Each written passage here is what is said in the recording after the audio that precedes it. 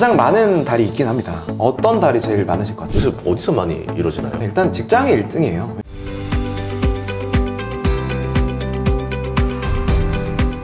안녕하세요. 이번 시간에는 저희가 또 사회 문제에 대해서 다뤄봐야 될 것 같은데요. 우리나라 하면요, 이혼율 1위고요, 자살률 1위고, 노인 빈곤율 1위입니다. 대체 어떤 것 때문에 이런 일이 발생하고 있는지, 어떻게 하면 우리가 해결할 수 있는지를 한 번씩 알아보면 좋을 것 같아요. 그래서 제가 이승우 변호사님을 모셨습니다. 반갑습니다. 반갑습니다. 안녕하세요. 저는 방송국 PD로 일하다가 지금은 변호사로 일하고 있는 이승우라고 합니다. PD로 일하다가 변호사가 됐다는 게 너무 좀 독특한 케이스인데 굳이 그래야 되는 이유가 있었습니까? 이제 애초에는 제가 신문방송학과 나오기도 했고 PD의 꿈이 좀 있었습니다. 당시만 하더라도 이제 방송 제작 환경이나 이런 게 이제 막 지금처럼 선진적이진 않았어요. 막 되게 노동력을 갈아 넣어서 이제 방송을 하는 그런 시스템이었고 이제 그래도 열심히 이제 꿈을 가지고 좀 달렸었는데 이제 하다 보니까 이게 법적인 일하고 좀 엮이는 그 방송 일도 많거든요. 계약서 써야 될 일도 많고 그다음에 뭐 출연자와의 분쟁을 또 조연출이 해결해야 되는 부분들도 있고 그다음에 연예인들과의 분쟁도 굉장히 많고 하다 보니까 주변에서도 이제 그때 로스쿨이 막 생겼을 때거든요. 그래서 친구들이 이제 뭐 교사 출신 저기 로스쿨로 가시는 분들도 있고 제가 알아보니까 뭐 PD 출신은 그때 제가 알기로 딱 한 분 계셨어요. 그러면은 아직까지는 좀 이쪽 시장에 내가 좀 가보는 것도 괜찮겠다 생각을 해서 그냥 계속 거기서 계약서 쓰고 품위서 쓰고 이럴 바에는 뭐 좀 나가서 변호사를 해보는 것도 괜찮겠다 해서 나오게 됐습니다. 아니 그게 해보겠다가 아니라 공부를 해야 되잖아요. 네. 그리고 또 합격을 하고 또 그 과정도 엄청 길잖아요. 그러면 이제 아무래도 스펙 때문에라도 막 이렇게 좀 의뢰인으로 오는 분들이 연예인들도 찾아오나요? 아 그럼요. 오, 와. 그래도 뭐 어쨌든 제가 서당계 3년이라고 그래도 한 3년 넘게 방송 생활했으니까 뭐 제가 어떤 분들이 왔다라고 뭐 언급하기는 좀 어렵지만 그쵸. 그래도 연예인 분들하고 친분도 좀 있었고 그리고 꼭 연예인 분들까지는 아니더라도 요즘에는 그 준 연예인 분들도 많으시거든요. 뭐 인플루언서 분들, 어떤 뭐 유튜버 분들 그런 분들, 뭐 운동선수 분들 그런 분들하고도 이제 친분을 나름대로 유지하면서 관련 사건들을 좀 많이 좀 맡고 있습니다. 그러면 시작하자마자 바로 이제 뭐 연예인들이나 이렇게 인플루언서들 수임을 맡진 않았었다고 들었거든요. 네네네. 그럼 초창기에는 주로 어떤 수임 많이 맡으셨었어요? 그때는 제가 이제 선배가 신도시에서 이혼 사건 펌을 하고 계셨어요. 이제 처음에는 이혼 사건을 주로 많이 했습니다. 신도시가 이혼이 굉장히 많아요. 제가 있었던 동네가 이제 일산인데 일산 분당은 이제 신도시 된 지가 한 30년 언저리 됐잖아요. 그러다 보니까 이제 황혼 이혼 하실 나이가 되신 분들이 많거든요. 조금 나이가 있으신 부부들 아니시면 애초에 이제 일산으로 들어오셨던 이제 자녀들 분가시킨 그런 분들이 슬슬 이제 입질이 오거든요. 그러면 좀 젊은 도시들 있잖아요. 그러니까 좀 신생도시, 이기 신도시라고 하면은 대표적으로 뭐 동탄, 세종 이런 데들이 있는데 그런 쪽은 좀 신혼부부들 이혼이 많은가요? 아무래도 이제 조금 동네 특성도 좀 있어요. 아무래도 연령대가 좀 높은 부부가 많으신 쪽은 이혼을 하더라도 이제 황혼 이혼인 거고 조금 젊은 부부들이 이제 MZ 부부들이 많은 동네 있습니다. 대표적으로 동탄이라든지 뭐 일산 분당도 아직도 젊은 부부들 많아요. 이제 조금 이혼하는 이유도 달라요. 젊은 부부들은 주로 뭐 이유가 경제적인 이유 그리고 성격 차이로 대변되는 여러 가지 어떤 남편과 나이가 안 맞다, 빨리 손절하는 게 낫다, 이런 이유들이 많고요. 황혼 이혼은 살 만큼 살았잖아요. 살 만큼 살았고 어차피 딱히 관심도 없고 서로한테, 그리고 뭐 돈은 뭐 얼마큼 있을 만큼 있고 하기 때문에 이제 그때 이혼하시는 부부들은 이제 외도라든지 남편이 나한테 부당한 대우한다, 아내가 나한테 부당한 대우한다, 이런 이유들이 좀 많습니다. 경제적인 이유는 좀 이해 못했었거든요. 요즘 젊은 분들은 가치관이 예전에 우리 부모님 세대랑 좀 다르잖아요. 우리 부모님 세대 때는 일단 경제적으로도 열심히 둘이서 일하면 돈을 불려나갈 수 있는 시대였어요. 예전에 비해서 이제 초기에 어떤 경제력이 그대로 가는 경우도 많고, 어쨌든 예전보다는 경제력으로 이게 내가 열심히 일하면 돈 벌 수 있다 이런 생각을 조금 덜 하게 되는 것 같거든요. 그리고 아무래도 그러다 보니까 젊은 부부 때부터 박탈감이 느껴지는 거야. 내 친구는 신라호텔에서 결혼하네. 근데 나는 마트 위에 있는 예식장에서 결혼하네. 너무 커요. 근데 어떡해, 내가 가진 경제력이 거기뿐이고 내 남편 내가 좋아해서 결혼했지만 내 남편이 갑자기 떼돈 벌 것 같지는 않거든. 이제 그러면은 처음에는 뭐 사랑해서 결혼하죠. 내 분수를 알고. 그랬는데 내 친구는 점점 잘 살아.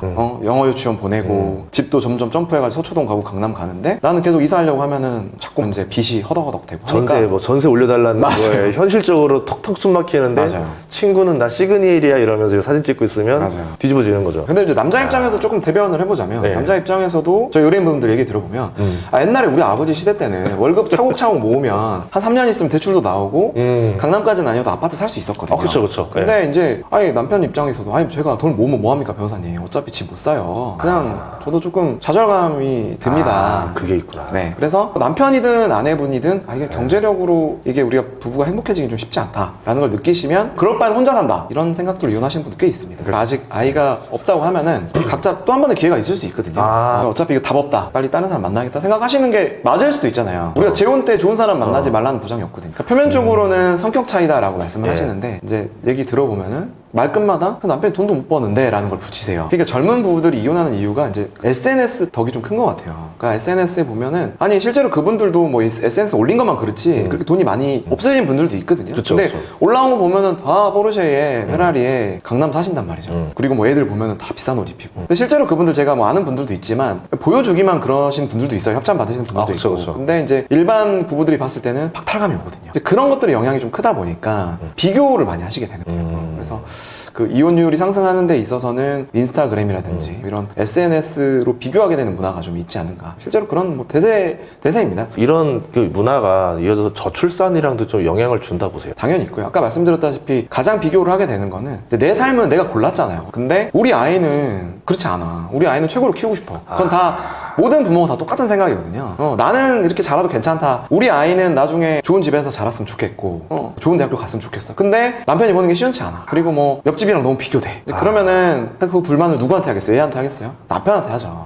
이제 그러다 보면은 불화가 생기는 거예요. 인풋이 많다고 해서 반드시 좋은 아웃풋으로 연결되는 건 아니잖아요. 아니죠. 아니지만 네. 부모 마음은 네. 그래도 뭔가 남들보다 뒤처지고 싶진 않다라는 거죠. 그래서 그런 것들 때문에 이혼율이 상승한다는 것도 정설이에요, 사실. 이해가 좀 가요. 왜냐하면 비용을 어딘가 줄여야 그걸 해줄 수 있잖아요. 맞습니다. 그럼 누구 비용 줄이겠어요? 아빠 거 줄여야죠. 그럴 수 있습니다. 네. 이제 설날이 다가왔거든요. 네네네. 근데 이제 그런 얘기를 들어봤어요. 명절 끝나고 나면 이제 이혼 상담 건수가 확 늘어난다. 네네. 사실인가요? 가장 많은 달이 있긴 합니다. 어떤 달이 제일 많으실 것 같아요? 2월. 비슷해요. 비슷한데 이게 조금 분석을 해보면 이제 정답은 10월이었어요. 10월이었는데 추석이네요. 그러면 언뜻 보면은 추석 다음에 이혼 많이 하는 거 아니냐 이렇게 생각하실 수 있지만 반드시 그렇게 또 해석할 수는 없어요. 왜냐면 이혼이라는 게 내가 10월에 기분이 나빴다고 10월에 바로 되는 건 아니잖아요. 예. 어쨌든 뭐 소송을 거치든 아니면 협의를 하시든 간에 최소 몇 달이 걸리는 거고 몇 년 걸리는 경우도 있기 때문에 10월에 이혼 건수가 많다고 해서 반드시 추석 이후에 싸움이 났다라고 보기는 어렵죠. 그렇지만 뭐 그래도 유의미한 어떤 수치라고 보일 수는 있고요. 이제 다만 어쨌든 명절 때 확실히 싸움이 많이 나기는 해요. 저희가 이제 의뢰인분들 상담 건수도 확실히 연휴 때 이제 저희도 좀 쉬고 돌아오면 막 이야기 있어요. 전화 이야기 받아보면 거의 이제 명절 때 싸움이거든요. 네. 이제 명절 때 새로운 싸움이 나진 않아요. 그 전까지 뭐 굉장히 꽁냥꽁냥하다가 명절 때 갑자기 싸웠다고 이혼하진 않겠죠. 이미 벌써 특히 이제 명절 때 이제 별로 평소에 안 보던 둘이서 싸우는 건 어쩔 수 없는데 명절 때 별로 보기 싫은 시어머니 본단 말이야. 별로 만나고 싶지 않은 장인장모 본단 말이죠. 별로 보고 싶지 않은 사촌들 본단 말이야. 그럼 사촌들이 와가지고 또 조용히 있으면 다행이네. 너네 왜 애 안 낳냐? 너네 남편은 왜 집을 안 사냐? 얘기부터 시작해서 평소 사이가 안 좋다는 가정하에서 불에 기름 붓는 격으로 이제 부부로서 해야 되는 과제들이 이렇게 있는데 이제 그게 그전 세대에서는 당연히 해야 되는 거라 생각하고 했었는데 지금은 내가 그 과제를 왜 해야 돼? 라고 하면서 둘 다 그렇게 생각하면 상관이 없겠지만 한 명은 해야 돼라 생각하는 게 있을 수 있고 한 명은 왜 해야 돼가 되면은 이제 많이 힘들어지기 시작하잖아요. 그렇죠. 이혼을 하는 일반적인 이유들 또 어떤 것들이 많을까요? 그러니까 민법상에 이제 840조에 보면 이혼 사유를 6가지로 규정하고 있기는 해요. 근데 이제 뭐 외도라든지 뭐 부당한 대우라든지 뭐 유기 이런 것들을 규정하고 있는데 요즘 누가 유기하거나 이런 사람이 어디 있습니까? 그러니까 부정행위 아니고서는 보통 이제 6호에 보면은 그 밖에 여러 가지 이유들을 규정하고 있습니다. 그래서 이게 판례상 문구로 본다 그러면은 부부 공동 생활 관계가 회복하기 어렵고 그게 이제 한 사람한테 굉장히 고통스러운 경우에는 6호에 해당해서 이혼할 수 있다 이렇게 돼 있는데 부부 공동 관계가 파탄나는 경우는 굉장히 다양하잖아요. 외도 말고도. 그래서 사실은 굉장히 모호하게 규정하고 있고 실제로는 이혼하는 사례들도 보면은 백인백색입니다. 통계청에서 이런 것들 조사한 경우가 있습니다. 조사한 걸 보면 가장 많이 나오는 거는 일단 성격 차이예요. 성격 차이. 그리고 두 번째로 경제적인 문제를 들고 있고요. 그 다음에 부정행위, 그리고 가족 간 불화. 요 순서대로 이제 나열돼 있긴 한데 응답률을 보면 성격 차이가 거의 50% 육박하긴 해요. 근데 우리가 성격 차이라는 거는 되게 모호해요. 99%도 아니고 100% 다 부부간 성격 안 맞잖아요. 성격이 맞으면 자웅동체죠. 그래서 사실 성격 차이는 의미가 없습니다. 되게 넓어요, 스펙트럼이. 이제 그렇게 본다 그러면 결국은 경제 문제, 그리고 부정행위, 그다음에 이제 가족 간 불화 이렇게 크게 볼 수 있을 것 같은데 제가 아까도 말씀드렸지만 젊은 분들은 외도로 뭐 이혼하시는 분들도 있긴 하지만 아까 말씀드렸다시피 초반에 안 맞는다고 느끼는 이유가 경제적인 문제 그리고 성격 차이 이런 것들이 많고요. 불륜이 가장 많은 사유라 생각을 했었는데 불륜이 1인가요? 아니면은 어느 정도 순위가 차지하나요? 그래서 사실 그 통계상으로 보면 그러니까 이제 저희가 이혼할 때 이제 협의 이혼하시고 이럴 때도 어떤 이유로 이혼하는지 적게 되어 있긴 해요. 근데 그 체크하신 걸로 이제 바탕으로 통계를 내신 것 같은데 보면은 거의 성격 차이라고 적거든요. 근데 성격 차이에는 굉장히 많은 것들을 내포하고 있어요. 사실은 외도도 결국 성격 차이에서 온다고 볼 수 있거든요. 뭐 예를 들면 성적으로 안 맞는 거라든지 뭐 부부간의 대화가 안 맞아서 외도를 하게 되는 건데 근데 그런 것들도 결국 성격 차이에 포함되는 거잖아요. 그래서 성격 차이를 제하고 본다면은 사실은 경제적인 문제랑 외도, 불륜이 이제 가장 투탑인 건데 실제로 통계상으로는 비슷하다고 하더라도 이게 결정타가 되는 거는 사실은 부정행위, 외도, 불륜인 경우가 많거든요. 그래서 실제로 우리가 이제 또 자극적으로 듣는 것들은 외도에 대한 이야기가 많기 때문에 실제로 우리가 체감상으로는 불륜해서 이혼하는 경우가 많은 것처럼 보이지만 실제로는 젊은 층에서는 아까 말씀드렸다시피 경제적인 이유, 실질적인 이유로 이혼하시는 분들이 더 많을 것까지는 모르겠지만 비슷하다고 볼 수 있고 나이 든 층에서는 불륜으로 이혼하는 경우가 제일 많다라고 말씀드릴 수 있습니다. 보통 불륜으로 이제 하게 되면은 소송을 많이 이제 할 것 같은데 네네. 경제적인 이유로 할 때는 소송은 그렇게 많이 안 하고 그냥 합의로 끝나는 경우가 많죠. 저 아까 말씀드렸다시피 이제 경제적인 이유로 이혼하시는 거는 조금 젊은 때 저연차 부부들에서 나타나는 현상이기 때문에 뭐 추후에 이제 재산 분할에 대해서 좀 말씀을 드리겠지만 너무 저연차일 경우에는 재산 분할할 게 별로 없어요. 경제적인 이유로 이혼하시는 경우에는 이제 아이가 없는 경우도 꽤 있기 때문에 애초에 그냥 어차피 얘랑 오래 못 살겠다는 판단하에 이혼하시는 거기 때문에 좀 신속하게 진행이 되고요. 그러다 보면은 뭐 재판으로 진행하시는 것보다도 합의 이혼으로 끝나시는 경우도 많습니다. 이게 또 불륜 얘기를 많이 또 들어보면은 의외의 장소들 많이 나왔었거든요. 제가 예전에는 산악회를 많이 들었는데 요새는 그게 아니라고 또 했어요.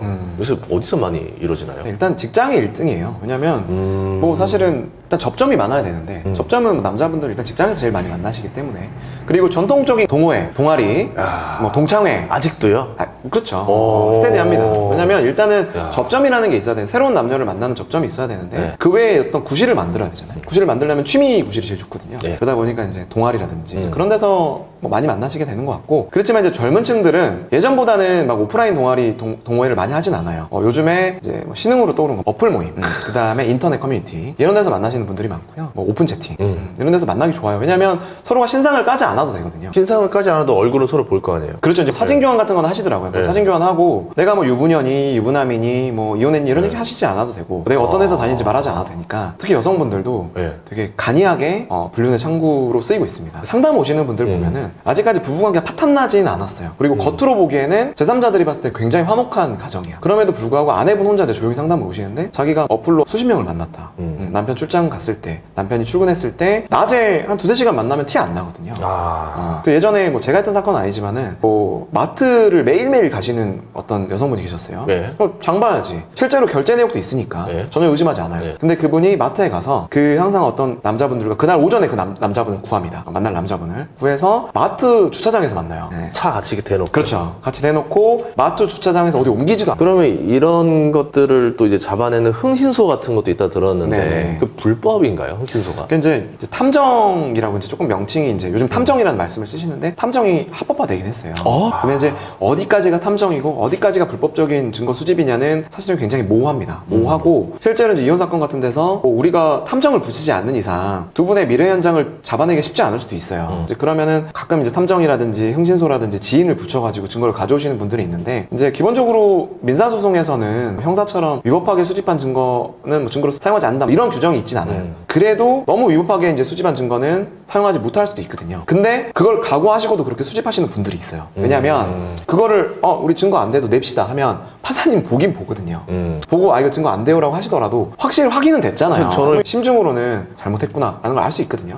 이제 그런 의도로 증거를 수집하시는 분들도 있고 근데 그 과정에서 또 서로 형사소송이 걸리는 경우도 있어요. 뭐 정보통신망법상 죄가 되는 경우도 있으니까 그런 부분들은 변호사랑 좀 상의를 사전에 하셔야 돼요. 알겠습니다. 약간 불륜도 보면 남녀 비율 보면 비율이 5대5입니까? 아니면은 좀 특정 성별이 더 많습니까? 이것도 이제 사회의 어떤 변화와 조금 연관이 있을 수 있는데요. 요즘은 여성분들도 사회 진출이 늘어났다라고 말할 정도가 아니라 거의 동등하거나 그 이상이잖아요. 그리고 굉장히 능력이 있으신 여성분들도 많기 때문에 남편보다 경제력이 좋은 분들도 많아요. 그렇기 때문에 여성분들도 사회생활 많이 하십니다. 예. 근데 아까 제가 어디서 제일 불륜이 많이 일어난다 그랬죠? 직장.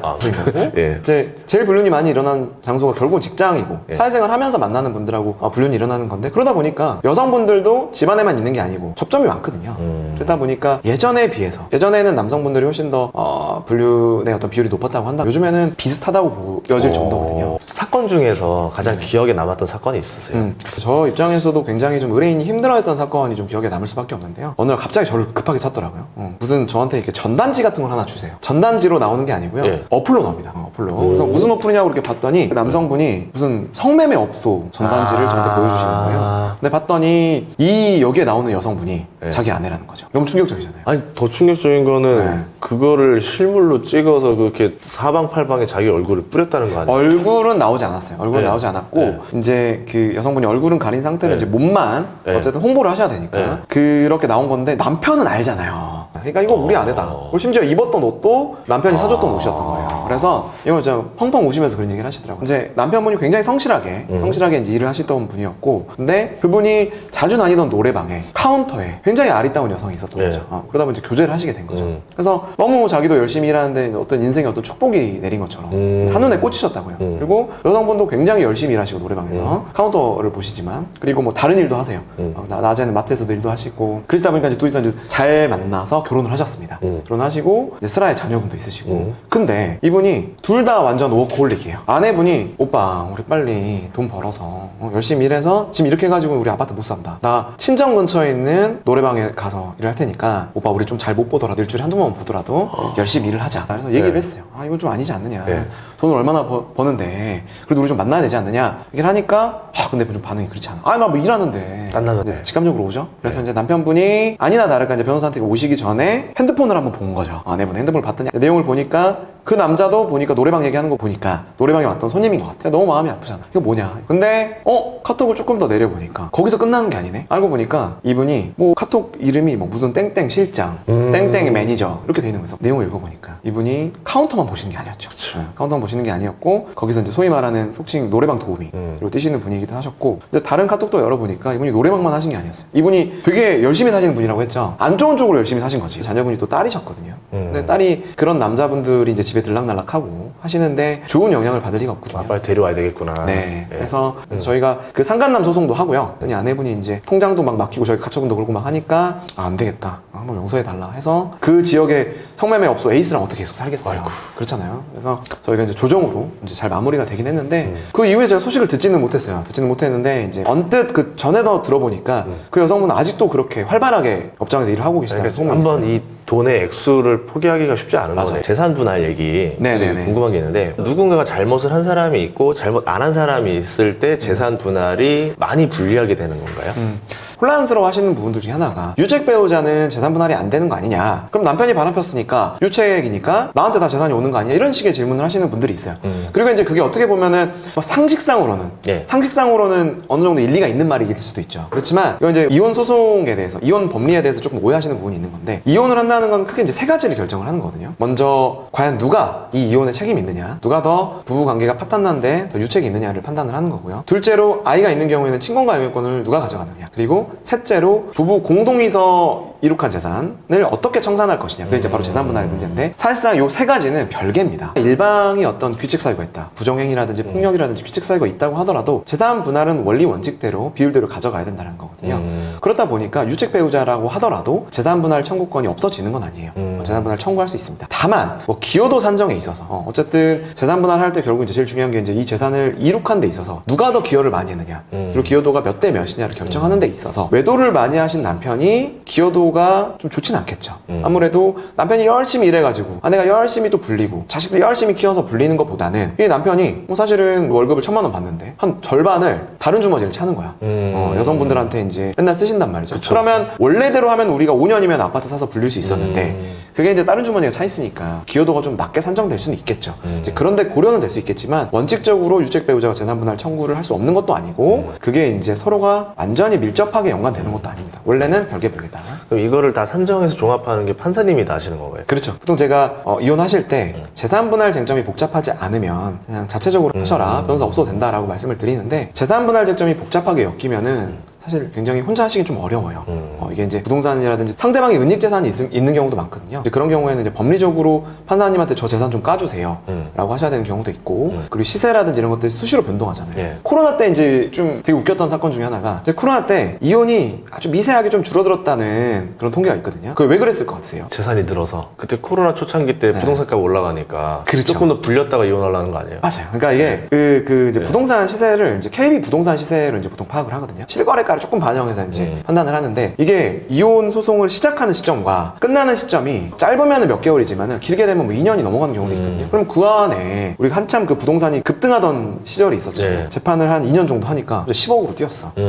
그러면 근데 추세를 보니까 더 올라갈 것 같거든. 처음에 이제 저희가 5억이었는데 이미 한 7억 5천 좀 돼. 변호사님 재판 좀 천천히 하면 안 될까요? 왜냐면 이 부동산 시세는 처음에 소제기 시점으로 판단하는 게 아니라 네. 마지막 변론 종결했던 시점, 마지막 변론, 마지막 재판했던 시점으로 판단하기 때문에 네. 제일 마지막 한 시점이 상승기에 있다 그러면은 보통 여성분들이 이제 재산 분할을 받는 입장이잖아요. 네. 그러면 5억짜리 받으면 2억 5천인데 10억짜리 받으면 5억이잖아요. 반드시 5대5는 아니겠지만 어찌됐든 내가 청구를 해서 받아야 되는 입장에서는 부동산 값이 올라가면은 많이 받는 거잖아요. 그래서 이혼율이 미세하게나마 조금 낮아졌다는 통계가 있습니다. 그래서 재산 분할과 어떤 이혼율도 네. 실제로 이제 연관이 좀 있다. 우선 우리가 원하는 건 저출산 문제를 해결하고 대한민국 순위가 좀 떨어지길 원하거든요. 예, 좀 그러기 위해서는 좀 우리가 지켜야 될 거 하나 정도는 있을까요? 이렇게 하면 이혼율을 좀 줄일 수 있다. 뭐 경제를 우리가 인위적으로 조율할 수는 없잖아요. 뭐 네. 이게 이제 우리가 할 수 있는 건 결국 의식의 변화일 것 같아요. 그러니까 우리가 어쨌든 뭐 남자 여자가 따로 살 수는 없습니다. 같이 살아야 되고 우리는 사랑을 하게 만들어진 존재잖아요. 그러니까 남들과 비교하시는 문화를 조금 줄여야 될 것 같다. 저는 이 이혼율이 높아지는 데 있어서 가장 일조한 게 남들과 비교하는 문화. 우리 남편이 가진 행복한 장점들을 보시고 우리 아이가 가진 장점들을 보시면서 우리 가정이 만들 수 있는 문화를 이렇게 나가시는 게